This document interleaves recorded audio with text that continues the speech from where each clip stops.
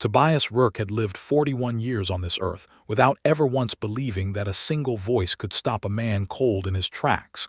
But on a Tuesday morning in the spring of 1882, standing in the yard of his Montana ranch with dust on his boots and grief carved into the lines of his face, that is exactly what happened to him. He had 12 horses and no one to leave them to, and that fact had been sitting on his chest like a stone since the winter his brother Edmund died. The horses were extraordinary animals, every last one of them. There was a black stallion named Cannon who stood 16 hands tall and moved like thunder made solid. There was a pale gold mare called Sundown whose coat caught the late afternoon light and turned it into something that made even the most weathered ranch hands stop their work and stare. There was young Copper, barely 3 years old, with white socks on his front legs and a curious, intelligent eye that Tobias had never seen in a horse before or since. The other 9 were equally fine, bred from good stock, trained with patience and care over many years, each one a testament to what a man could build if he had the time and the dedication and the love for the work. The problem was that Tobias Rourke had spent the better part of his adult life building something magnificent, and he had done it entirely alone. He was not a man who invited conversation.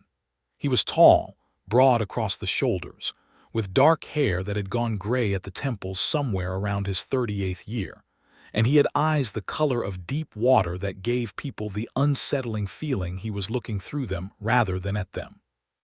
The ranchers in the nearby town of Caldwell's Crossing had learned long ago that Tobias Rourke was polite when spoken to, reliable when a deal was struck, and completely uninterested in anything beyond what was necessary. He paid his debts, he kept his fences mended, and he did not attend the dances at the Grange Hall. After Edmund died, it got worse. Edmund had been 5 years younger than Tobias, and he had been the bright thing in the Rourke family, the one who laughed easily and remembered people's names and made the world feel a little less cold just by being in it. He had come to Montana to help Tobias build the ranch after their mother passed, and for 4 years the two brothers had worked side by side through blizzards and drought, and all the ordinary violence that the land visited upon men who tried to make something of it. Edmund had died of a fever in December of 1881, quickly and without warning, there on a Monday and gone by Friday, and Tobias had buried him on the hill behind the horse barn in frozen ground that had taken him the better part of a day to break through. After that, the ranch was very quiet. Tobias kept the horses because they were the one thing he could not make himself stop caring about. He rode them, he trained them.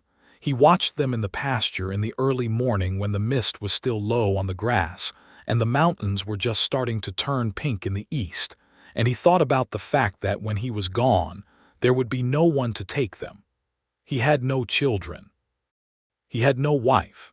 He had no cousins that he knew of, and the only living relative he could claim was a second uncle somewhere in Ohio who had never shown the slightest interest in horses or Montana or Tobias Rourke. He had started writing a will the previous autumn, and he had gotten as far as the date and his own name before he set the pen down and walked out to stand with Cannon in the paddock for an hour, doing nothing but resting his hand on the stallion's neck. He could not write it. He could not figure out who to leave them to. It was this trouble, this specific and grinding loneliness, that was occupying his mind on the Tuesday morning in May of 1882 when the woman with the gentle voice arrived at his gate. He heard the wagon before he saw it. It was a rented rig from the livery in Caldwell's Crossing, a modest thing pulled by a single brown horse that was clearly not one of his, and it came up the lane at a careful pace, as if the person driving it was not in any particular hurry and was looking at everything as they came. Tobias was at the fence near the lower pasture, checking a post that had listed slightly in the spring thaw, and he straightened up and put his hand over his eyes against the morning sun and watched the wagon come. When it stopped, a woman stepped down from the seat with the kind of deliberate grace that came not from pretension but from genuine self-possession. She was perhaps 32 or 33 years old, with dark hair pinned up under a practical hat, and a face that was sun-touched at the cheekbones. Not the face of a drawing-room woman, but not the face of someone who had been worn hard by life either. She was somewhere in the middle of those two things, and she looked around the yard with calm, interested eyes. Then she saw the horses in the pasture behind him, and something in her expression changed entirely. Tobias walked toward the gate. He was not particularly welcoming, not hostile either, just neutral in the way he had learned to be with strangers. "Help you with something," he said. The woman looked away from the horses and looked at him, and she said, "I hope so. My name is Letitia Wallace. I am staying at the boarding house in Caldwell's Crossing for a few weeks, and Mrs. Hartwell, who runs it, told me that there is a man north of town who has the finest horses in this part of Montana." She paused, and then she said, with a voice that was quiet and clear and completely without artifice, "I wonder if you might be willing to let me see them." It was the voice that stopped him, not the request, though that was unusual enough. Not her appearance, though she was certainly worth looking at. It was the quality of the voice itself. Something in it that was honest and warm without being performative about either quality. And it reached something in Tobias Rourke that had not been reached in a long time. He looked at her for a moment, and then he said, "I'm Tobias Rourke. The horses are mine," she nodded. "Then I am asking the right person." He should have said no. He had work to do, and he did not make a habit of giving tour of his pasture to strangers. But something about the way she had looked at his horses, that immediate and uncomplicated delight, made him open the gate. "Come on, then," he said, and he led her toward the lower pasture. Letitia Wallace walked alongside him without trying to make small talk, which he respected immediately. She was looking at the horses with an attention that was not casual, and when they reached the fence and Copper trotted over with his characteristic curiosity, she did not reach out immediately the way most people did. She waited. She let the young horse approach her on his own terms, and when he stretched his nose toward her hand, she let him smell her before she touched him, just a light stroke along his jaw, and she said softly, "Hello, sweetheart," and Copper pressed his nose against her palm like he had known her all his life. Tobias stood and watched this and did not say anything for a long moment. "You know horses," he said finally. "My father raised them," she said, "in Kentucky. I grew up with them." She was still watching Copper, but there was something in her voice when she said Kentucky that was complicated in a way Tobias could not immediately identify. "He died last year, and the farm was sold." "I'm sorry," Tobias said, and he meant it with the particular sincerity of a man who understood exactly what it meant to lose the person who had been the reason for a place. She looked at him then briefly, and she said, "Thank you," and there was in her expression a recognition, as if she understood that he was not simply being polite. He showed her the rest of the horses that morning, all 12 of them.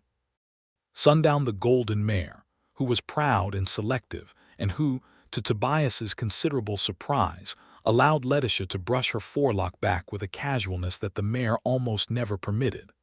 Old Judge, the 20-year-old bay who had been the foundation of everything Tobias had built, who was retired now and spent his days in the shade of the north pasture. 7-year-old Rain, dark gray and fast as water downhill. The twins, Pearl and Silver, matched white mares who were so closely bonded that you could never properly work one without the other present. Young Ink, barely 2 years old and still finding his legs, black as his name with one white ear. He told her about each one. Not a sales pitch, not a recitation of bloodlines, but actual stories, the kind of information that accumulates around an animal you have cared for over years. He told her about the time Cannon had broken through a fence during a thunderstorm, and he had found him 3 miles away standing perfectly calm in a meadow as if he had simply wanted a walk.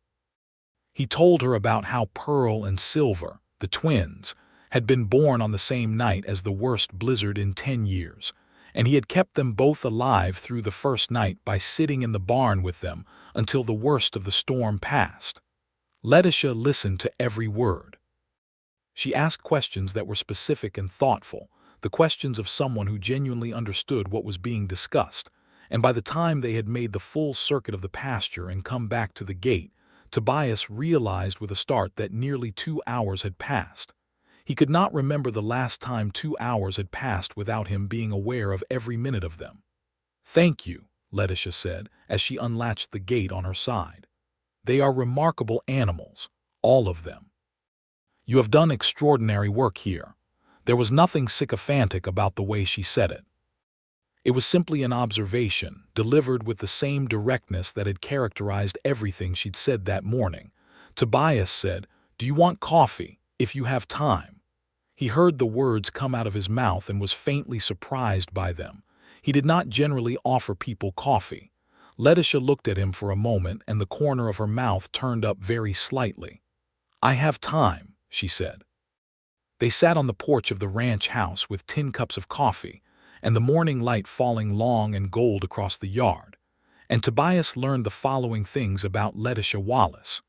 She was 33 years old, born in Lexington, Kentucky, the eldest daughter of a horse breeder named James Wallace, who had raised thoroughbreds with a love and discipline that had defined Letitia's entire childhood. She had married at 24 to a man named Daniel Holt, a lawyer in Louisville, and the marriage had been decent rather than good for several years before Daniel Holt had died of a heart attack at 38, leaving Letitia a widow at 31 with a modest inheritance and a question about what to do next. She had spent a year in Louisville being respectable and quiet and slowly suffocating, and then she had sold the house, taken the money, and gone west. "I am not entirely sure what I am looking for," she said, without embarrassment, "but I know I was not finding it in Louisville." "What brought you to Montana specifically?" Tobias asked. "The mountains," she said simply, and she looked north toward where the range was visible above the tree line, blue and white and enormous against the sky. "I read about them. I wanted to see if they were real." "They're real," Tobias said. "Yes," she agreed. "More real than I expected." She wrapped her hands around her coffee cup.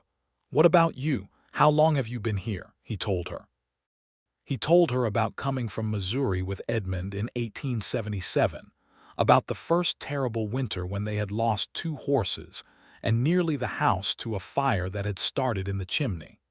He told her about the slow building of the herd, the years of careful breeding and patient training. He did not tell her about the will he could not write, but he almost did, which was strange. When she finally drove back down the lane in the rented wagon, Tobias stood in the yard and watched her go, and then he stood there for a moment longer even after she was out of sight, which he could not fully explain to himself. He went back to the fence post he had been checking when she arrived. He fixed the post. He went through the rest of his day in the usual fashion. But something in the quality of the day had shifted, slightly, the way light changes when a cloud moves, and you don't notice it happening, but you notice the difference afterward. He did not expect to see her again. She came back 3 days later.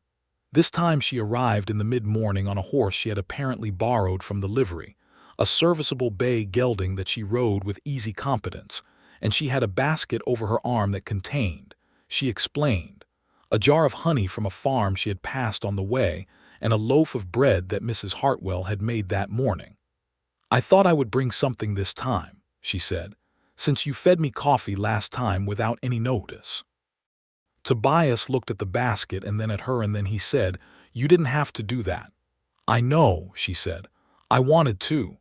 That was something Letitia Wallace did. He was beginning to understand. She did the things she wanted to do, and did not do the things she did not want to do. And she was entirely honest about the distinction in a way that was so simple it was almost startling. He had known women who performed graciousness as a kind of currency and women who withheld it as a kind of power, and Letitia Wallace did neither of those things. She was simply direct and genuine, and it was so unusual that it took him a few days to stop being faintly suspicious of it. They ate the bread and honey on the porch again, and then she helped him, without being asked, move the young horses from the lower pasture to the upper one, because he had mentioned in passing that it was something he needed to do that day, and she simply appeared at his elbow and said, "Show me how." She was good at it. She read the horses well, understood their moods and movements, knew when to be still and when to move, and by the end of the afternoon the horses were in the upper pasture, and Tobias was leaning on the fence post watching Copper and young Ink chase each other in circles, and feeling something he had not felt in quite a long time, which was the specific pleasure of good work done in good company. "Tell me about your brother," Letitia said. He looked at her sharply. "Mrs. Hartwell told me," she said without apology. "She said you lost him this past winter. I am sorry. I did not want to pretend I didn't know." Tobias was quiet for a moment. "Edmund," he said finally, "what was he like?" No one in Caldwell's Crossing ever asked him this. They said they were sorry and they moved on, because grief was uncomfortable, and most people preferred to treat it like a fire you walked around rather than a room you entered. Letitia Wallace appeared to be different on this point as well. "He was funny," Tobias said. "I don't mean he told jokes. I mean the world was funny to him. He found things funny that I would never notice, small things. The way a particular horse would make a face when it didn't want its feet picked up, or the way the postmaster in town always said good day even when it was raining and obviously wasn't. Edmund would notice those things and they would genuinely amuse him." He paused. "He made this place feel less like work." Letitia nodded. "Yes," she said softly. "My father was like that. The farm was different when he was there. The same place, the same horses, but different." They stood together in the quiet for a moment, and it was the kind of quiet that is not empty but full, the kind that exists between people who have said something real to each other and do not feel the need to fill the space with noise. "I keep thinking about what happens to all of this when I'm gone," Tobias said, and the words came out before he had decided to say them. "The horses. I've been trying to write a will for months and I can't get past the first line because I don't know who to leave them to." Letitia looked at the horses in the pasture, golden in the afternoon light. "That is not a small thing," she said carefully. "No," he agreed. "They deserve someone who will love them properly," she said. "They do." She turned and looked at him, and there was in her expression something thoughtful and careful, something that was not pity and was not performance, just genuine attention. "You have a long time yet before that is a pressing question, Tobias Rourke," she said. "You are not an old man." "I'm 41, he said. "As I said," she replied, and this time the corner of her mouth did the thing it had done before, that small turn that was not quite a smile but was in the neighborhood of one, and something in Tobias Rourke's chest did a thing that was inconvenient and warm. Over the following 2 weeks, Letitia came to the ranch every 2 or 3 days. This began to feel entirely natural with a speed that was, had Tobias been the kind of man to examine such things in real time, somewhat alarming. But he was not accustomed to examining things in real time. He tended to notice them after the fact, once the shape of them had become clear. The shape of these weeks was this. Letitia was good with horses and she was good company, and she was honest in a way that cost her something because honest people are always somewhat exposed, and Tobias found himself thinking about her on the days she did not come, which was 4 of the days in that first 2 weeks. He would be in the middle of some ordinary task, repairing a harness or checking the water in the lower trough, and he would think of something she had said the last time she was there, or he would notice something about one of the horses that he thought she would find interesting, and then he would notice that he was thinking this, and he would put the thought aside and continue with what he was doing. He was not a man who spoke easily about what he felt. He was aware of this. Edmund had teased him about it regularly, calling him the original stone wall of Missouri, which had always made Tobias want to laugh even as he pretended to be unmoved by it. But he found that with Letitia, speech came somewhat more readily, not effortlessly but more readily, as if she had a quality of listening that made the words feel less risky than they usually did. One evening in late May, when she had stayed later than usual, and the sun was going down behind the mountains in a wash of orange and pink that was the kind of sight that makes you feel the world is trying to tell you something. They were sitting on the porch steps rather than the chairs, side by side, close enough that Tobias was aware of the warmth of her arm near his. "How much longer are you staying in Caldwell's Crossing?" he asked, and he tried to ask it with the same neutrality with which he asked everything, but something in his voice was not entirely neutral, and he knew it. Letitia was quiet for a moment. "I don't have anywhere I need to be," she said. "My lease on the room at Mrs. Hartwell's is week by week." She paused. "I have been thinking about that question myself." "What conclusion have you come to?" he asked. She turned and looked at him directly, the way she had of doing things directly, and she said, "I think the honest answer is that I am trying to figure out whether there is a reason to stay." The air between them was still. The horses in the pasture behind the house were quiet, just the occasional soft sound of movement in the grass. "Is there?" he said, and he was aware that this was about as clear as he was capable of being on this particular subject, and he was somewhat awed by his own willingness to say it. Letitia looked at him for a moment longer, and something in her face was careful but not guarded, the way a person looks when they are deciding to say a true thing. "I think there might be," she said. They did not kiss. Not that evening. But when she rose to go and he walked her to where her borrowed horse was tied, and she mounted up and gathered the reins, she looked down at him from the saddle and said, "I will come on Thursday," and he said, "Thursday." And she rode away down the lane, and he stood in the last of the light and felt, for the first time in many months, something other than the weight. On Thursday, the trouble started. It came in the form of a man named Cal Whitmore, who was the largest landholder in the county, and who had been trying to buy Tobias Rourke's North Pasture for 2 years. The North Pasture was a quarter section of the best grazing land in that part of Montana, and it backed up against the creek that Whitmore needed for his cattle operation. And every time Tobias said no, which was every time Whitmore asked, the man found some new approach to the asking. Tobias was in the horse barn doing the morning feeding when he heard the sound of riders coming up the lane, and he came out to find Cal Whitmore and 2 of his men sitting their horses in the yard. Whitmore was a heavy-set man in his 50s with the kind of permanent authority that came from owning most of what he could see, and he looked at Tobias with the expression of a man who has decided to be reasonable even though he considers it unnecessary. "Rourke," he said, "I want to have a conversation." "We've had it," Tobias said. "I'm prepared to improve my offer considerably," Whitmore said. "That land is sitting there doing nothing. I'll give you $400 for it, which is more than fair." "The land is not doing nothing," Tobias said. "My horses use it. Your horses have plenty of land." "My answer is no, Whitmore, same as the last time you asked." Whitmore's expression did not change, but something around his eyes did. "You are being stubborn about this in a way that is going to cost you," he said, and there was something in it that was not quite a threat but was not quite not a threat either.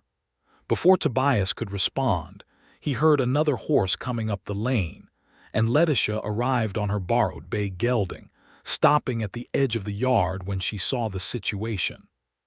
She looked at the 3 men on horseback and then at Tobias, and her expression was calm and attentive. "Mrs. Wallace," Tobias said, because it was the correct thing to say and also because her presence, for reasons he did not entirely understand, gave him a certain steadiness. Letitia looked at Whitmore with the same directness she brought to everything, and she said politely, "Good morning." Whitmore looked at her with the evaluating look of a man who was accustomed to knowing who everyone was and was now faced with someone he did not know. "I don't believe I've had the pleasure," he said. "Letitia Wallace," she said. "I am a guest of Mrs. Hartwell's in town." She left it there, offered nothing else, just the name and the fact, and Whitmore clearly did not know what to do with her, so he turned his attention back to Tobias. "Think about it, Rourke," he said, and then he turned his horse and the 3 of them rode out of the yard. Tobias stood and watched them go, and then Letitia dismounted and walked up beside him.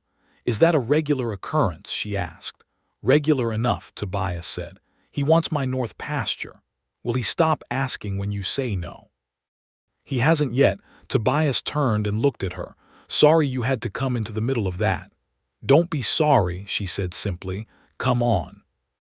You promised to show me how you start the young ones on the lead."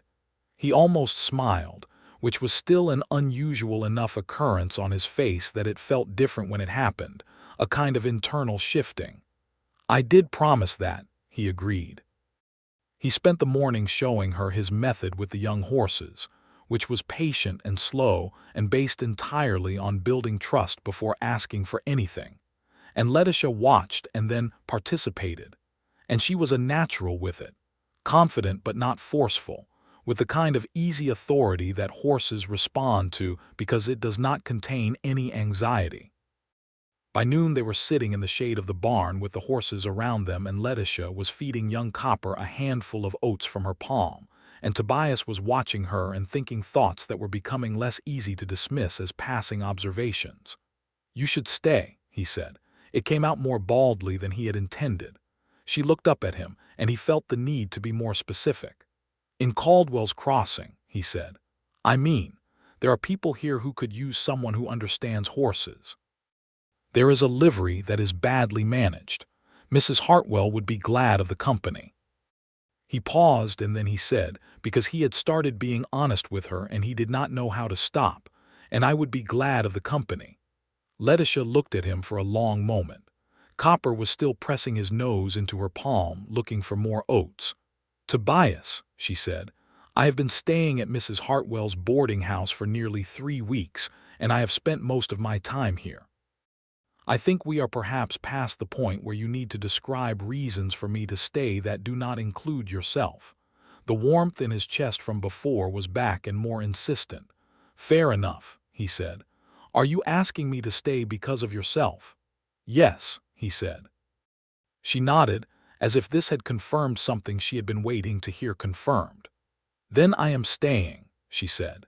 He looked at her and something happened in his face that people who knew him in Caldwell's Crossing would not have recognized immediately, because it was a full smile, not the partial thing he occasionally produced but the real version, the one that changed the water-blue eyes and made him look, for a moment, like a man who was not carrying anything heavy.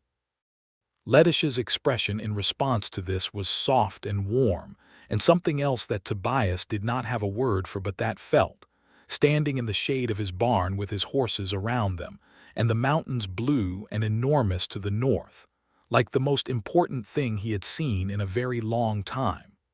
The question of staying, however, was not entirely simple. Letitia was a widow with an inheritance that was comfortable but finite, and she had no property and no particular claim on any piece of Caldwell's Crossing, and the social architecture of a small Montana town in 1882 was not designed for a woman to simply occupy it indefinitely without a defined role. Mrs. Hartwell, who was sharp and kind in equal measure, and had been watching Letitia's trips to the Rourke ranch with an expression of amused interest, raised this point with Letitia one evening over supper. "People will talk," she said, without being unkind about it, just matter of fact. "People talk already," Letitia said. "They do," Mrs. Hartwell agreed. "But the nature of the talking will change if you are seen spending this much time at a single man's property without a purpose they can explain." Letitia considered this. She was not naive about the constraints under which she operated. She had spent her adult life inside a set of expectations about what a woman should do and be and want, and she had learned to navigate those expectations without being entirely consumed by them.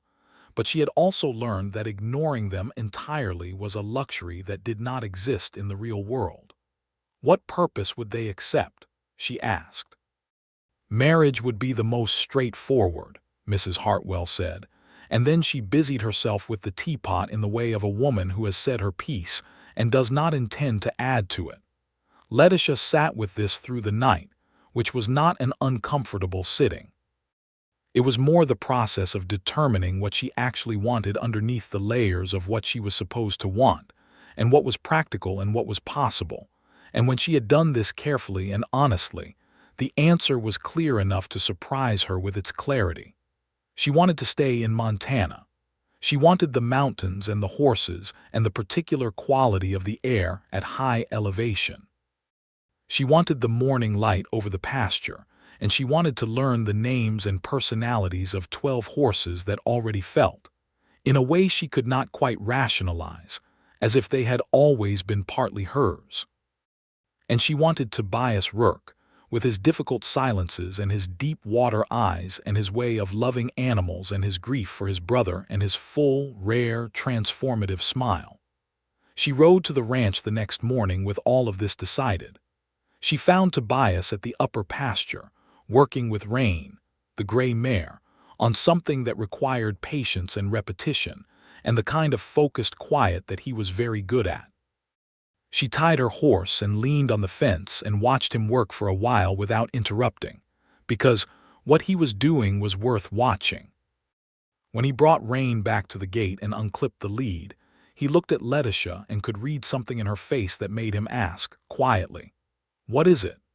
She told him what Mrs. Hartwell had said, not editorializing, just the facts of it, and then she told him what she had decided about what she wanted, and she was direct about all of it in the way she was direct about everything, and when she had finished he was very still for a moment.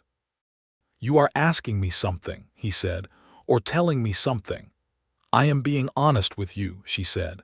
"What I am asking specifically is whether what you want is in the same direction as what I want." He set the lead rope down on the fence post and he looked at her with the full weight of those eyes that usually kept people at a distance, and he said, "I have been alone for a long time, Letitia, and I had started to think of it as a permanent condition. 3 weeks ago I would have told you it did not bother me." He paused. "I would have been lying, but I would have believed the lie at the time." "And now?" she asked.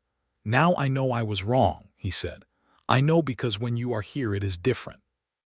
The work is different and the quiet is different and the mornings are different." He took a slow breath. "I am not the kind of man who is easy to be with, I think. I am not Edmund. I don't find things funny and I don't fill a room." "I know that," she said. "I am not asking for Edmund, I am asking about you." "Then yes," he said simply, "what I want is in the same direction." They looked at each other across the fence in the mountain morning light. And then Letitia opened the gate and walked through it, and they stood together in the pasture among his horses. And the moment before he kissed her felt like the moment before a summer storm, that specific tension and electricity and inevitability. He kissed her carefully at first, the way he did everything, with attention and intention, and she kissed him back with the same directness she brought to all things. And when they parted, they were both quiet for a moment in the way of people who have done something real. "All right," Tobias said, which was not the most romantic thing a man had ever said after a first kiss, but Letitia laughed at it, a genuine and surprised laugh, and it was the best sound he had heard in longer than he could calculate. The following weeks were the most significant of Tobias Rourke's adult life, and he knew it as they were happening, which was unusual for him. He was accustomed to understanding things retrospectively. But something in Letitia's presence made the present tense more available to him, as if she was teaching him, simply by being herself, how to live in the actual moment of his life, rather than always in the memory of the last one or the worry about the next. They spoke formally to Reverend Adkins at the small church in Caldwell's Crossing at the end of May. This was not a lengthy or complicated conversation, because both Tobias and Letitia were private people who wanted a simple ceremony rather than an event. And Reverend Adkins was a practical man who had seen marriages begun with more ceremony unravel completely, and marriages begun with very little of it hold firm through decades, and he did not place undue importance on the trappings. Mrs. Hartwell cried, which she did not apologize for, and offered the use of her parlor for a small supper afterward. The morning of the 14th of June, 1882, Tobias Rourke stood in the small church in Caldwell's Crossing and watched Letitia Wallace walk toward him in a dress the color of cream, with wildflowers in her hair that she had picked herself from the meadow behind the boarding house that morning. And he thought that whatever combination of chance and grief and stubbornness had brought the two of them to this particular moment, he was grateful for all of it, including the grief, which felt like an enormous thing to be grateful for, but which he understood nonetheless.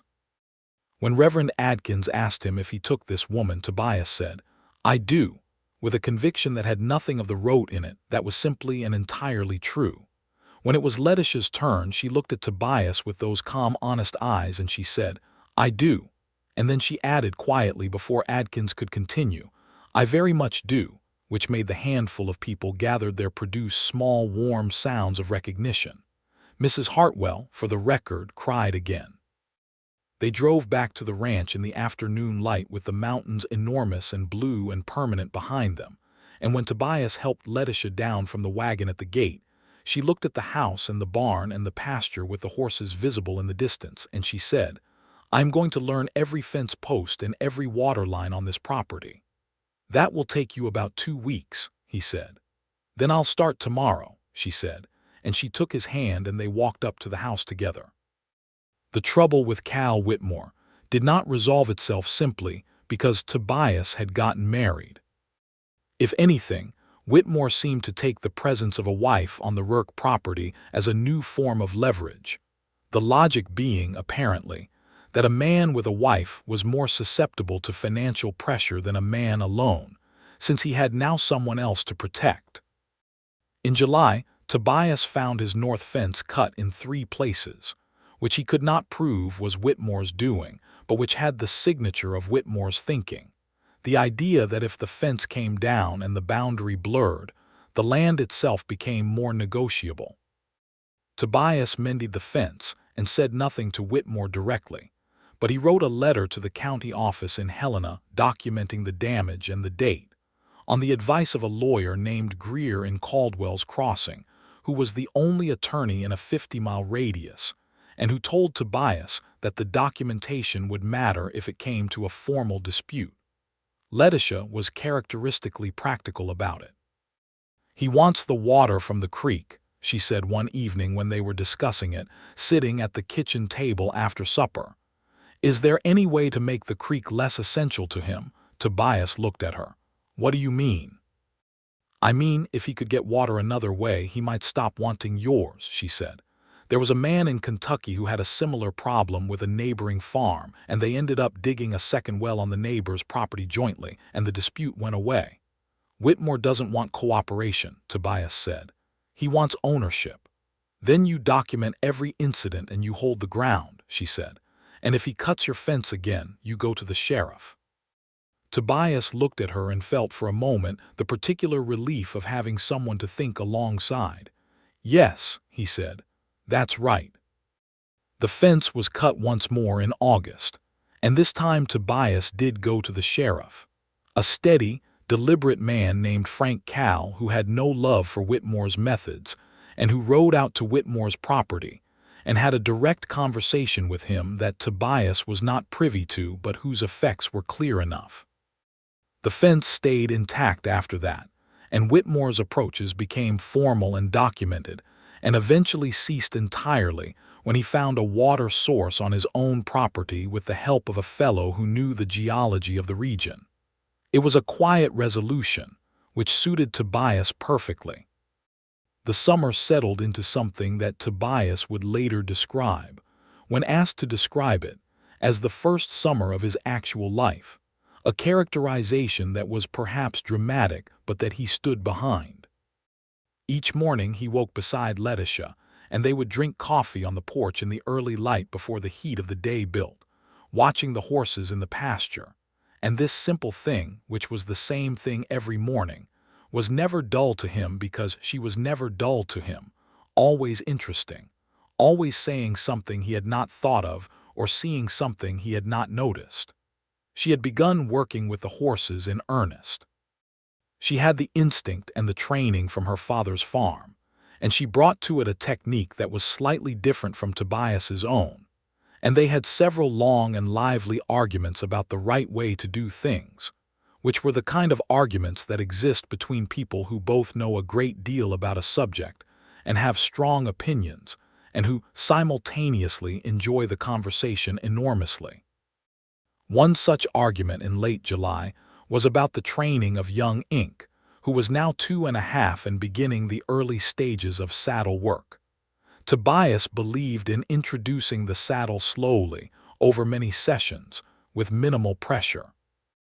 Letitia believed this was correct in principle, but that ink specifically was a horse who needed more stimulus, not less. That the slow method was making him anxious rather than calm, because he was an intelligent animal who found monotony stressful.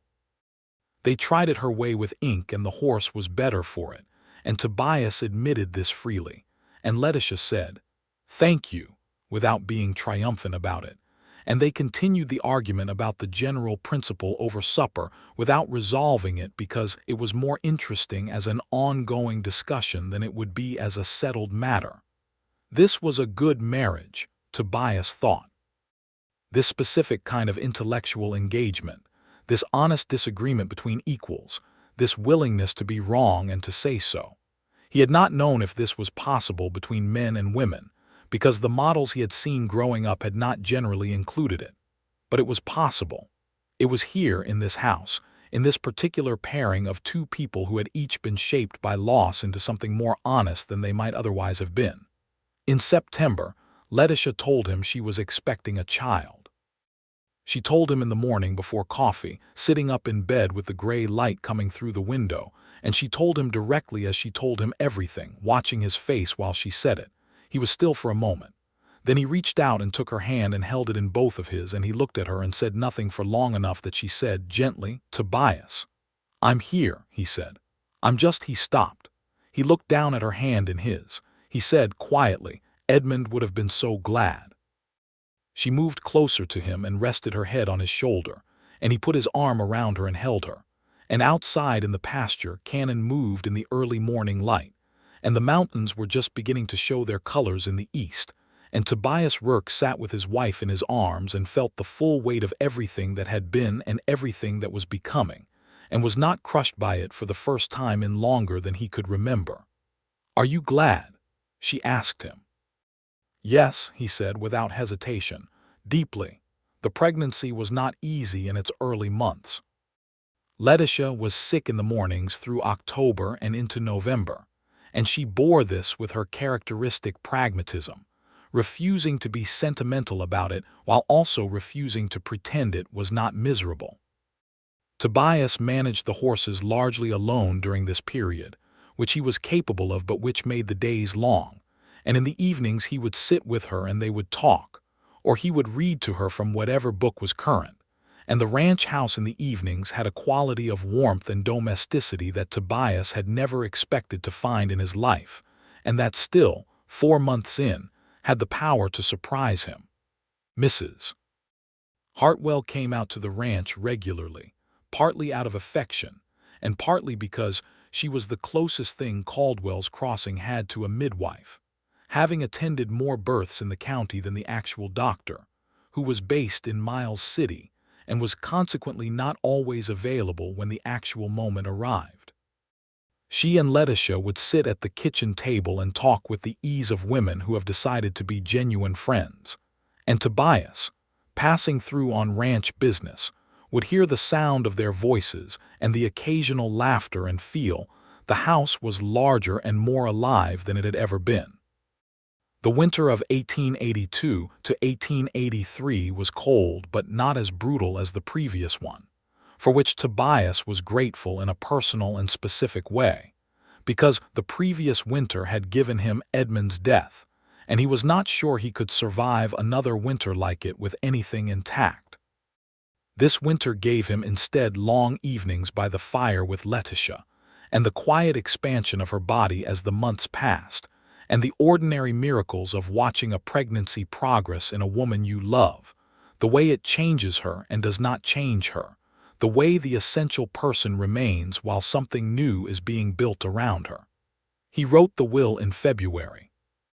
He sat down at the kitchen table one morning while Letitia was still sleeping, with the gray winter light coming through the window, and he picked up the pen and he wrote his name and the date, and then he wrote what he wanted to happen to the horses, and it was so simple now that he could not quite believe it had once been impossible. He left the horses and the ranch and everything he had built to his wife, Letitia Rourke, and to their children, in whatever number they arrived. He left specific instructions about the care of old Judge, who was 21 now, and who would not survive a change of hands that was anything less than deeply loving. He wrote it all down in clear language, and he signed it, and he folded it, and he put it in the tin box on the shelf where important papers lived. When Letitia came downstairs and found him at the table with the papers, she looked at him and said, "What are you doing?" "I finished the will," he said. She looked at him. "What changed?" she asked, and she was not asking about the legal document. "I found someone to leave them to," he said. She sat down across from him and looked at him with those honest eyes, and she said, "I am going to take very good care of them." "I know you are," he said, "and they know it too, for what it's worth." "Cannon doesn't entirely know it yet," she said. "Cannon will come around," Tobias said. "He's difficult with everyone at first." "He let me brush him yesterday without moving away," she said. "There you go," Tobias said. The baby came in April of 1883, on a Thursday, which was the day she had first come back to the ranch all those months ago, a fact that Tobias noted privately and found meaningful in the way that coincidences feel meaningful when they align with something important. It was a boy. Tobias had privately half expected it to be a girl, and had been trying to think of girls' names for several weeks. The boy's arrival was therefore a surprise, and also, he found, immediately and completely fine in every possible way. Because the child was red-faced and loud and had, Tobias noted immediately, the same dark hair he had. And Mrs. Hartwell pressed the boy into his arms within about 5 minutes of the birth, and Tobias stood there holding this small, furious, complete person, and felt something happen to his face that required him to look at the ceiling briefly before he could look back at his wife. "He is furious about being here," he said, which was possibly not the most eloquent response to the birth of his son, but which made Letitia laugh through her exhaustion. "He'll settle," she said. "Give him a minute." The boy did settle, eventually, red fading to pink, the shouting fading to the occasional protest. Tobias sat in the chair beside the bed with the baby against his chest, and Letitia watching him from the bed with the expression of a woman who has done something enormous and is beginning to grasp its enormity.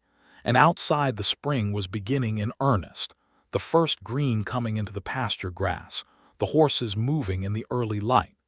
They named him Edmund James Rourke. Edmund for Tobias's brother, James for Letitia's father.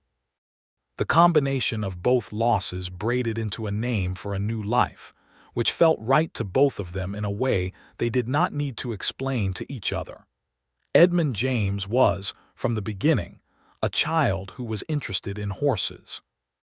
This was perhaps inevitable given where he had been born and who his parents were, but Tobias took nothing for granted about it and was genuinely delighted when, at around 8 months old, little Edmund would crane his neck in the direction of the pasture whenever they were near it, intent and focused in a way that was clearly not random. "He's watching rain," Letitia said one afternoon in late December, standing at the pasture fence with Edmund on her hip. The gray mare was moving along the far fence at her characteristic quick, flowing trot, and the baby had his eyes fixed on her with an expression of complete absorption. "Edmund would have found that funny," Tobias said. "Which Edmund?" Letitia asked. "Both, I think," Tobias said, and for the first time in saying his brother's name, the grief in it was not raw but soft, the way old wood is soft, and it was companionable rather than destroying. The following spring, in 1884, Letitia discovered that she was expecting again. This time the pregnancy was easier, the sickness shorter and less severe, and she was on horseback until late in the term, riding Sundown the golden mare, who was old enough now to have become one of those horses whose temperament is so steady that they can be trusted with anything. Tobias watched Letitia ride from the pasture fence one May morning, the mare moving at an easy walk along the tree line, and he thought about the fact that 2 years ago, nearly to the day, a woman with a gentle voice had appeared at his gate and asked to see his horses, and he had let her in, and everything since then had been the result of that single choice. He thought about Edmund, who would have teased him mercilessly about the entire thing and would have loved Letitia unreservedly, and would have made Edmund James laugh every day. He thought about his mother, who had believed you could tell a great deal about a person from the way they behaved around animals. He thought about what he had been, that gray winter after Edmund died, carrying the weight of an unlived life. He thought, I did not know what I was waiting for, but this was it. The second child was also a boy, born in November of 1884, and they named him Cal, after the steady sheriff who had helped them in the business with Whitmore, and who had, in the years since, become something like a friend. Cal Rourke was quieter than his older brother from the start, a watchful child who seemed to be taking inventory of the world he had arrived in, and he had Letitia's eyes, that honest and direct regard. Little Edmund, by this point 16 months old and extremely mobile, greeted his brother with a combination of suspicion and profound interest that Tobias recognized as the reaction of someone who has been an only child, and is not entirely sure this new arrangement is an improvement, but is willing to keep an open mind. The horses remain the heartbeat of the ranch. All 12 of the original animals were still there in 1884, though old Judge was 23 now, and moving slowly, and Tobias had begun to prepare himself for the day when the old horse would be done with the world. He spent time with Judge every day, sitting with him in the shade, and Letitia often came and sat with them both, and sometimes little Edmund was there too, in his first tentative learning of how to be around these large and gentle animals. Tobias had also begun, carefully and selectively, to breed a new generation from his finest animals. Rain had foaled twice, once in the spring of 1883 and once in the spring of 1884, and both foals were exceptional. The first, a gray filly they called Mist, already showing her mother's speed and fluid movement. The second foal, a dark bay colt they named Lewis for no reason except that Lewis had seemed right when he was born, and neither Tobias nor Letitia had wanted to change it once it had been said, was going to be very large and very fine. Cannon, the great black stallion, was 10 years old now and at the height of his powers, and Tobias had been approached several times by other ranchers wanting to use him as a sire, and he had agreed carefully in a few cases where the mares were worthy of the combination.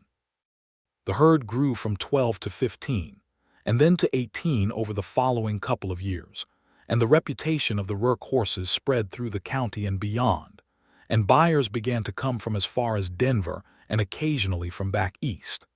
Tobias handled these transactions with the same scrupulous care he applied to everything, never selling a horse to someone who did not seem right for that horse, a standard that occasionally cost him money and that Letitia entirely supported. Sundown is not going to anyone who will put her in a harness, she said once, during a negotiation with a buyer from Billings who was offering good money. No, Tobias agreed. I will buy her myself before that happens, Letitia said. She's already yours, Tobias said. She's been yours since about the second week you were here. Letitia looked at him. You never said that. It was obvious, he said. She came to you before she came to me, and I'd had her for 4 years. The business with Whitmore remained resolved. The man himself died in the winter of 1884, a somewhat ignominious end involving a dispute over a card game in Miles City, and his property was divided among 3 sons who had neither their father's ambition nor his appetite for confrontation, and who were, it turned out, perfectly reasonable neighbors. The community of Caldwell's Crossing itself was growing, slowly but perceptibly.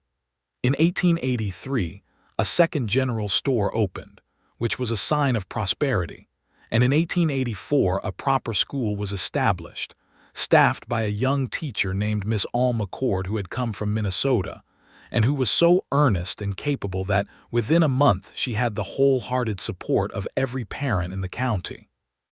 Letitia had been involved in establishing the school, which was a fact that Tobias found he was proud of in a way that surprised him with its intensity. She had organized the fundraising among the local families, written the letters to the Territorial Education Office in Helena, helped select the site, and argued successfully for it to be in a location that was accessible to families on the north side of the valley, who would otherwise have been excluded. She did all of this with her characteristic directness and her characteristic refusal to accept the argument that things could not be done differently from how they had been done before. She also, in this period, befriended a Crow woman named Strikes the Water who lived with her family on land east of Caldwell's Crossing and who traded at the general store. The friendship was not common, in the sense that white women and Crow women did not often develop genuine friendships in Montana in 1883, and there were people in town who expressed their discomfort with it in ways ranging from raised eyebrows to explicit comment. Letitia responded to the raised eyebrows by pretending not to notice them, and responded to the explicit comments by saying, pleasantly and firmly, that Strikes the Water was a fine woman and a good judge of horses, which was true. Strikes the Water was, in fact, an extraordinary judge of horses, and she and Letitia spent several afternoon hours in each other's company in the pasture at the Rourke Ranch over the course of 1883 and 1884, and Tobias watched these visits with appreciation, not only for the specific horse knowledge that flowed between the two women, but for the evidence that his wife was building a life here that was genuinely hers, not an appendage to his life, but something growing from its own roots. He told her this one evening. "You have made this place yours," he said, "not because of me, on your own." She looked at him. "I have made it ours," she said. "There is a difference." "Yes," he said. "There is." He meant to say more, and then he found he did not need to, because she was already leaning against him on the porch swing with the evening settling into the mountains and the sound of their boys asleep inside the house and the horses quiet in the pasture.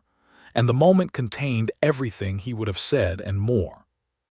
Old Judge died in the spring of 1885, quietly and without apparent distress, on a warm morning when the meadow grass was coming in green, and the mountains had lost their winter snow to below the tree line. Tobias found him in the north pasture near the creek, lying on his side in the sun, and he sat with him for a long time before he did anything else, and Letitia came out eventually and sat beside him, and they were both quiet.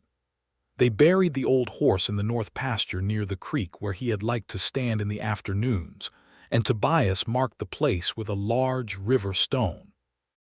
Little Edmund, who was almost 2 and did not fully understand what had happened, looked at the stone and then at his father with his grandmother's direct eyes and said, "Where horse?" And Tobias said, "He went asleep, son." And little Edmund appeared to think about this for a moment and then said, "Okay," and turned his attention to a beetle in the grass, which was the mercy of being almost 2. That same spring mist, rain's first foal, showed at 18 months the kind of speed that made experienced horsemen go quiet and reassess whatever they thought they knew about fast horses. She was not large, barely 15 hands, but she moved with an efficiency of motion that Tobias had only seen once or twice in his life, and when she ran in the pasture she covered ground so smoothly it looked almost effortless. "Your father would have lost his mind over her," Tobias told Letitia one morning. "Yes," Letitia said, watching the filly with the expression she always had when something was beautiful and she knew it. "He would have sat on that fence all day." "I'm tempted to," Tobias said. "You have fences to mend," she said. "The fences will wait," he said, and he sat on the fence all morning. She sat beside him. In the summer of 1885, a man came through Caldwell's Crossing from Kentucky who had heard of the Rourke horses through a chain of references that had apparently originated with a thoroughbred breeder in Louisville who had known Letitia's father, James Wallace. The man's name was David Birch, and he was a serious and experienced horseman who had come specifically to look at Mist and to make an offer on her if the animal was what the reputation suggested. Tobias showed him the filly. David Birch watched Mist for about 20 minutes, silent and professional, and then he turned to Tobias and made an offer that was, by the standards of the time and the place, a very large amount of money for a young horse. Tobias looked at Letitia. Letitia was looking at Mist with an expression that Tobias could read, because he had spent 3 years learning to read her face, and what it said was, This horse should go to someone who will use what she has. The filly will be ready for sale in another year, Tobias said to Birch. Come back in the spring of 1886 and we will talk. Birch looked at him. I'm prepared to finalize the agreement now. I know, Tobias said. Come back in the spring. Birch did come back as it happened, and the transaction was made at the same figure without negotiation, because Birch had clearly gone home and thought about the horse and confirmed to himself that the price was right. Mist went to Kentucky in the spring of 1886 and became what she was bred to be, and Tobias heard about her racing record 3 years later through the same chain of contacts and felt the particular pleasure of having raised something that fulfilled its potential. That spring, Letitia discovered she was expecting a third child. She told him in the morning over coffee, having apparently decided that the morning was the right time for significant news, a pattern that Tobias had observed and which he appreciated for its consistency. He received the news this time with none of the speechlessness of the first time. He simply reached across the table and covered her hand with his and said, "Good." And they sat together with the morning light coming in the window and the sound of little Edmund and young Cal beginning to stir in the room upstairs. The third child was a girl.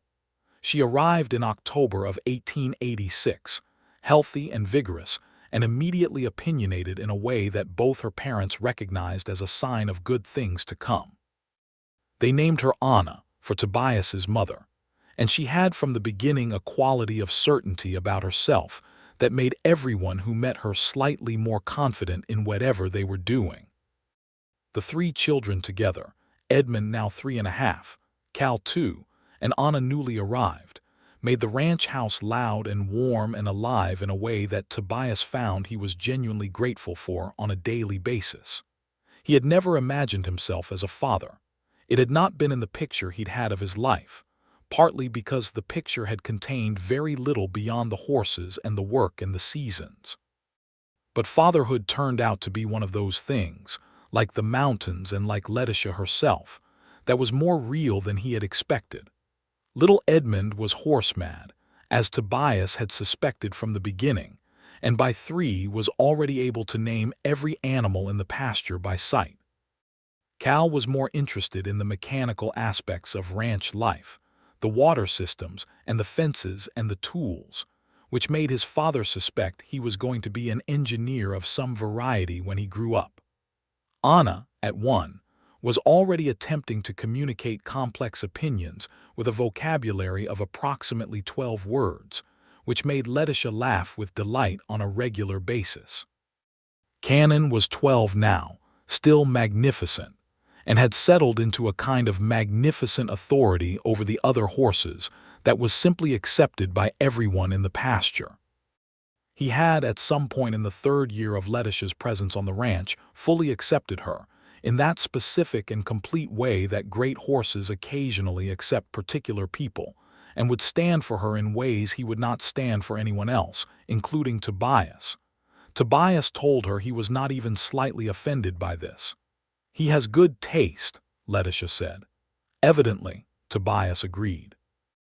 Pearl and Silver, the matched white mares, were 12 years old and had both foaled in the years since Letitia arrived. Pearl twice and Silver once, all 3 of the foals fine animals in the Rourke tradition. Rain was 10 and still quick and still the horse that visiting horsemen watched with the particular quality of attention they reserved for the exceptional. Sundown was 14, still beautiful, still proud, ridden now mostly by Letitia on the mornings when it was cool and clear, and the mountains were very close. It was on one of these mornings in the late summer of 1887, Letitia out on Sundown, and the children with Mrs. Hartwell who had come for her regular visit, that Tobias stood at the upper pasture fence and looked at his horses and thought about all of it. He thought about the December morning in 1881 when he had buried Edmund in the frozen ground and stood afterward in the horse barn with Cannon, and understood that he was entirely alone. He thought about the Tuesday morning in May of 1882 when a wagon had come up his lane, and a woman had stepped down from it, and looked at his horses with an expression that had changed something. He thought about coffee on the porch and bread and honey, and working the young horses together and learning about Kentucky and losing things and finding things. He thought about the first kiss in the pasture, and the morning she had told him what she wanted and he had said, yes, the same direction. He thought about the will he had finally been able to write and what it meant that he had been able to write it. He thought about Edmund James, named for a man who would have loved him, and Cal, named for a steady man who did the right thing, and Anna, named for a woman who had been good. He thought about the foals and the sails and the fence that had been cut and the fence that had been mended and the old bay horse resting under a river stone in the north pasture. He thought, 12 horses and no one to leave them to. And then everything changed. He heard Sundown coming back before he saw her, that distinctive moving sound of a horse whose footfall is known to you. Letitia came around the corner of the tree line with her back straight and her hair coming loose from its pins in the way it always did when she had been out long enough and she had stopped caring about it, which was one of his favorite versions of her. She saw him at the fence and brought Sundown to a walk and came over, and she looked at him with those reading eyes. "You are thinking deeply about something," she said. "Yes," he said. "Are you going to tell me what it is?" "I was thinking about a Tuesday morning 5 years ago," he said, "when I let a woman I had never met come through my gate to see my horses." Letitia looked at him from Sundown's back, the mountain light on her face, and she said, "That was a good decision." "The best one I ever made," he said. She looked at him steadily, and then she reached down and touched his face with one hand, briefly, the way she sometimes did when the words were there, but the touch was more accurate. And then she walked Sundown toward the barn, and Tobias stood at the fence a moment longer, looking at his horses in the late summer light, all of them there, in the pasture he owned, on the land he had built, in the life he had never seen coming. The years that followed were years of building and growing, and of the steady accumulation of a life that knew what it was. In 1888, Edmund James turned 5 and began accompanying his father on the morning rounds with a seriousness of purpose that Tobias recognized as his own, and that delighted him. The boy had his mother's directness and his father's patience with animals, and the combination was, Tobias thought, going to be very useful to him. Cal was 4 and had taken to following the ranch hand they'd hired the previous year, a steady young man named George from Nebraska, around the property asking questions about every piece of equipment and infrastructure. And George, who was patient and knowledgeable, and rather enjoyed being asked questions by someone who actually listened to the answers, had appointed himself something like Cal's education in the practical engineering of ranch life. Anna, at 2, was a small and extremely mobile force of nature, who had decided that her primary purpose was to be wherever the horses were, a conviction she pursued with great determination and without any apparent awareness of her own physical limitations. Letitia and Tobias had learned early to keep close watch on her near the pasture, not because the horses were dangerous, but because Anna had no fear whatsoever and would happily walk directly toward a 1,200-pound animal, as if this were the most reasonable thing in the world, which, given where she had been born and who her parents were, was perhaps not entirely irrational. Cannon, interestingly, was always the most gentle with Anna, whether this was a function of the child's utter fearlessness, which horses sometimes respond to as a form of authority, or simply that the great stallion had by this point fully accepted the family that surrounded him, Tobias could not say. But he had seen Cannon stand completely still while Anna pressed her small face against his flank, and he had seen the horse turn his head to look at the child with an expression that was, if you were willing to credit it, something like tenderness. In the spring of 1889, the territorial government was reorganized, and Montana moved toward statehood, which it achieved in November of that year.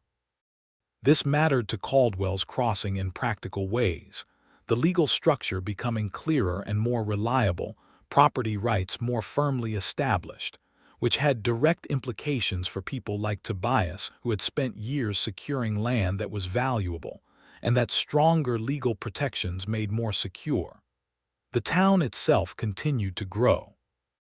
Miss Alma Cord, the teacher, had married a farmer named Perkins and was now Mrs. Perkins and still teaching, which the community regarded as something of a civic miracle, given that women who married often left their professional positions.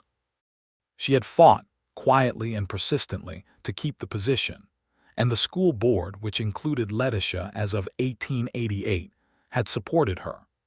Letitia's position on the school board was the result of a process of community trust that had built over several years.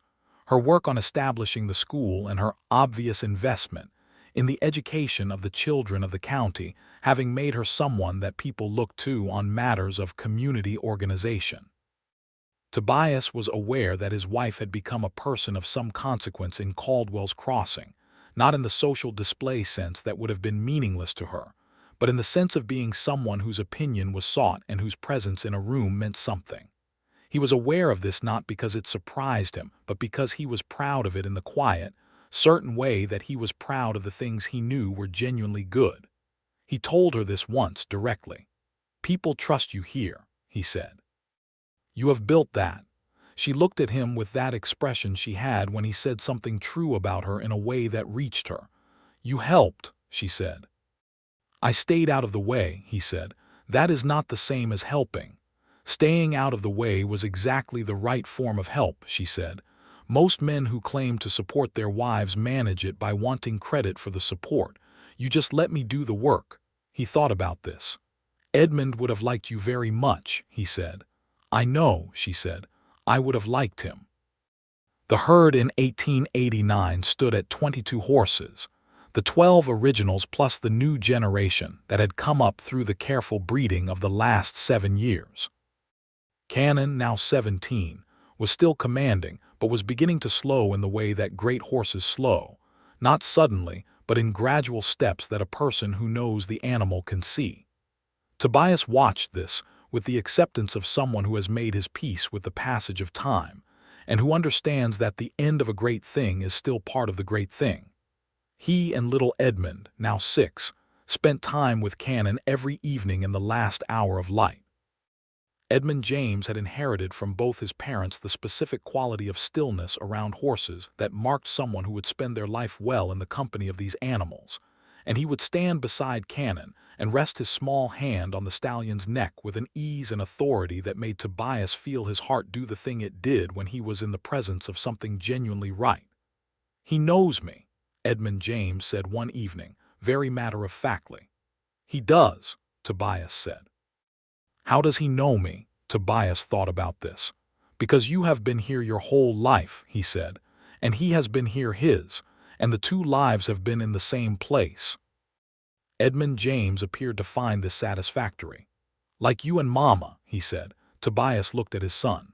"Something like that," he said. In the summer of 1890, Letitia was expecting their 4th child, which she announced to Tobias on a morning over coffee with the same calm directness of the previous 3 occasions, and which he received with the same warmth, this time without any speechlessness or sealing regarding, just the immediate and complete gladness. "You are very practiced at this news," she told him. "I am very glad of this news," he said. "I am always glad of this news." The 4th child arrived in January of 1891, in the cold, in the house that was warm and full, and she was a girl, and they named her Rosalie, because Letitia had always loved the name and had not used it for Anna, and because the name suited the child immediately and completely, which is the best reason for any name. Edmund James was 7, and Cal was 6, and Anna was 4.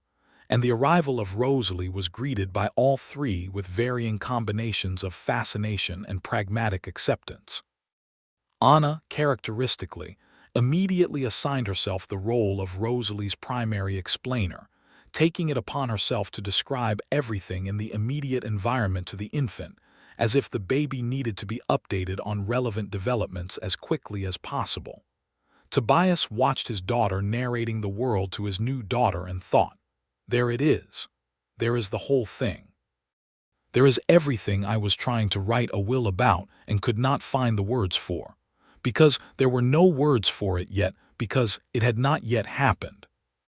He went out to the horse barn that evening after supper, after the children were asleep and Letitia was resting, and he stood in the lamplight with Cannon, who was 19 now and completely white at the muzzle, and who leaned his great head against Tobias's chest with an ease and familiarity that contained 20 years of trust. "We did all right," Tobias said to the horse, which was the kind of thing you say to an animal when there is no one else present, and when what you mean is larger than you have the words for. Cannon made a low, quiet sound. Tobias stood with him in the warm barn while the January cold pressed against the walls outside, and he thought about the stone on the hill and his brother under it, and he thought about the Tuesday in May that had changed everything, and he thought about 12 horses and no one to leave them to, and he thought about a woman stepping down from a rented wagon and saying, with a voice that was quiet and clear and completely honest, "I wonder if you might be willing to let me see them." He had been willing. It was the most important willingness of his life. He let it be the most important willingness of his life. The years moved the way years do when they are full of the right things, with a feeling of substance and of passage, each season bringing its own work and its own pleasures and its own small dramas, the kind that resolve themselves by the following month and leave behind only the story of them. By the spring of 1893, Edmund James was 10 and riding with real skill, already trusted with the easier horses and working under his father's instruction on the more demanding ones. Cal was 9 and had built, with George's patient guidance, a functional water distribution system for the upper pasture that actually improved on the one Tobias had been running for years, which made Tobias deeply proud and only slightly embarrassed. Anna was 7 and had no fear of anything and was already, in Letitia's opinion, showing every sign of becoming someone who would run whatever room she found herself in. Rosalie was 2 and was the most placid of the 4, watching the world with large, quiet eyes that took everything in. Cannon died in the summer of 1893 at 21 years old, which was a good age for a horse of his size and his life. He died as Judge had died, quietly in the pasture in the sun, and Tobias was with him when it happened. Edmund James was there too, because he was always near the horses, and because Tobias had thought the boy was old enough to be there, and to understand what death was in a context that was sad but not violent. Edmund James was very still and very quiet, and he held Cannon's nose in his lap, and the boy's face did the thing that children's faces do when they understand grief for the first time, when it reaches past the conceptual to the actual, and it was hard to watch and also exactly right for him to experience. "He was a great horse," Edmund James said after. "The best I ever knew," Tobias said. "I'll know the next one," Edmund James said, with the particular certainty of a 10-year-old who has not yet learned to be afraid of large claims. "You will," Tobias said, and he believed it.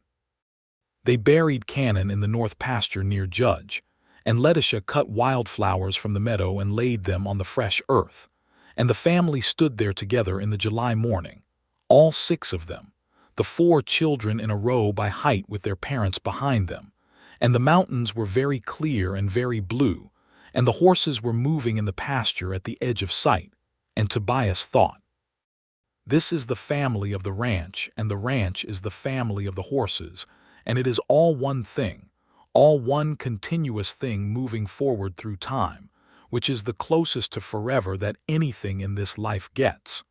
Letitia's hand found his, and he held it. In the autumn of 1893, a buyer came through Caldwell's Crossing who had traveled all the way from Chicago, which was itself unusual enough to be noticed, and who had heard of the Rourke horses through a concatenation of references that included a man in Denver who had bought a Rourke-trained horse in 1887 and had spent 6 years since telling everyone who would listen that it was the finest animal he had ever owned. The Chicago man's name was Henry Foss, and he was not a horseman himself, but was a wealthy man of business who wanted to establish a breeding operation in Illinois and who wanted to begin with the best foundation stock he could find. Tobias and Letitia sat at their kitchen table with Henry Foss for a long afternoon and listened to what he wanted and looked at what he proposed. And at the end of the conversation, they sold him 3 horses. Young Lewis, now 9 years old, who was the large dark bay colt who had grown into a horse of extraordinary quality. Copper's daughter, a 4-year-old they called Bright for her golden copper coat. And Rain's youngest, a 2-year-old colt who had not yet been given a permanent name because Letitia felt he was still deciding who he was. The sale was the largest single transaction the ranch had ever made, and the money from it, combined with what they had built over the previous decade, put the Rourke Ranch in a financial position that was unambiguous and secure, the kind of position that means the next generation will not start from nothing. Tobias used some of the money to build a new barn, larger and better ventilated than the old one, with proper stabling for 12 horses and room for equipment and feed that took the pressure off the old structures. Edmund, James, and Cal, with the combined energy and dedication of boys who take things seriously, contributed labor that was actually useful rather than merely symbolic. And the barn went up in the fall of 1893 and stood solid and permanent against the Montana winter. On the day the barn was finished, Tobias stood in the yard and looked at it, and then he looked at his house, which was the same house he had built with Edmund in 1877, added to now over the years as the family had grown, with a proper kitchen and a new room for the children and a porch that wrapped around 2 sides of the house the way the first porch never had. He looked at the pasture, still full of horses, the next generation now predominant though several of the original 12 remained, Rain and Pearl and Silver and Sundown, who was 23, and moved slowly and lived entirely in the shade of the south pasture, and was never to be sold or separated from the ranch under any circumstances, a condition that was written into the will as clearly as Tobias could write it. He looked at the stone on the hill behind the barn where Edmund lay, and the stone near the creek where Judge lay, and the new stone near it where Cannon lay, and he thought about continuity and memory, and the ways the dead remain present in the places they loved. Letitia came to stand beside him. She had flour on her hands from the morning's baking, and her hair was doing the thing where it came loose from its pins, and she looked at the new barn with satisfaction, and then at him with the expression that was, after 11 years, still new to him, still the specific expression that was hers alone, that combination of honesty and warmth and intelligence that had stopped him cold on a Tuesday morning in May of 1882. "It is a good barn," she said. "It is," he agreed. "Edmund James told me this morning that he wants to add a 4th stall on the east side next year," she said. "He is probably right that we will need it," Tobias said. "He is usually right about the horses," Letitia said. "He gets that from his mother," Tobias said. She looked at him with that small sideways smile. "He gets it from both of us," she said. "Fair enough," he said. She leaned into him, and he put his arm around her, and they stood together in the autumn morning looking at everything they had built, the barn and the house and the pasture and the horses and the life, all of it extending around them in every direction, rooted to this land, to this place between the mountains and the sky where a man had once stood alone with his grief and his horses and his inability to write a will. The horses moved in the pasture. Sundown was there in the south corner, old and golden and permanent. Rain was at the north fence, still moving with that liquid quickness even at 13. Pearl and Silver were together at the water trough, inseparable as they had always been. The younger horses, the new generation, moved through the morning with all their unused energy. Edmund James came out of the house behind them with Cal at his heels, and Anna behind them both, the children moving into the morning with the natural ease of young people who have grown up on a piece of ground and belong to it. Rosalie came last, tiny and deliberate, carrying a doll she had named Sundown because she had been 3 when she'd started insisting on the name and no one had been able to redirect her. The 4 children came and stood in the yard, and Edmund James said, "Can we go out to the horses?" And Letitia said, "Yes, after you've had your breakfast." And Edmund James said, "We already had breakfast." And Letitia said, "Did you wash the dishes?" And there was a pause and the sound of 2 pairs of feet retreating quickly into the house, and Anna stayed in the yard looking at her parents with her father's water-blue eyes and said, with the absolute calm of a 7-year-old who has assessed the situation accurately, "I washed my dish." "Good girl," Tobias said. "Can I go to the horses?" she said. "Stay at the fence," he said. She was already gone. He watched his daughter trot toward the pasture, small and fearless, her dark hair coming loose from its braid the way her mother's always came loose from its pins, and Rosalie toddling after her with the doll tucked under her arm, and he thought, this is what it was for. All of it. The work and the years and the grief and the long, lonely winters before she came. This is what I was building without knowing what I was building. "What are you thinking?" Letitia asked him, which was what she always asked when his face went very still. "I was thinking about a Tuesday morning in May," he said, "as I sometimes do." She looked at him and her expression was everything at once, the whole 11 years of it in her face, and she said, "As I sometimes do." And she kissed him briefly and warmly on the cheek, and then she went back into the house to check on her son's progress with the dishes. And Tobias stood in the yard of his ranch in the autumn of 1893 and watched his daughters at the fence of his pasture, and heard the voices of his sons in the house, and felt the mountains at his back and the land under his feet. And he was, completely and without reservation, at peace. The horses would be left to good people who loved them. The land would be held by hands that knew its weight and its worth. The name on the stone on the hill was not the end of anything but a thread in a longer story, and the story was still going, was going right now, in the sound of children's voices and horses moving through grass and the particular blue of a Montana autumn sky. Tobias Rourke had 12 horses and no one to leave them to. And then a woman with a gentle voice asked to see them, and everything that was supposed to happen happened.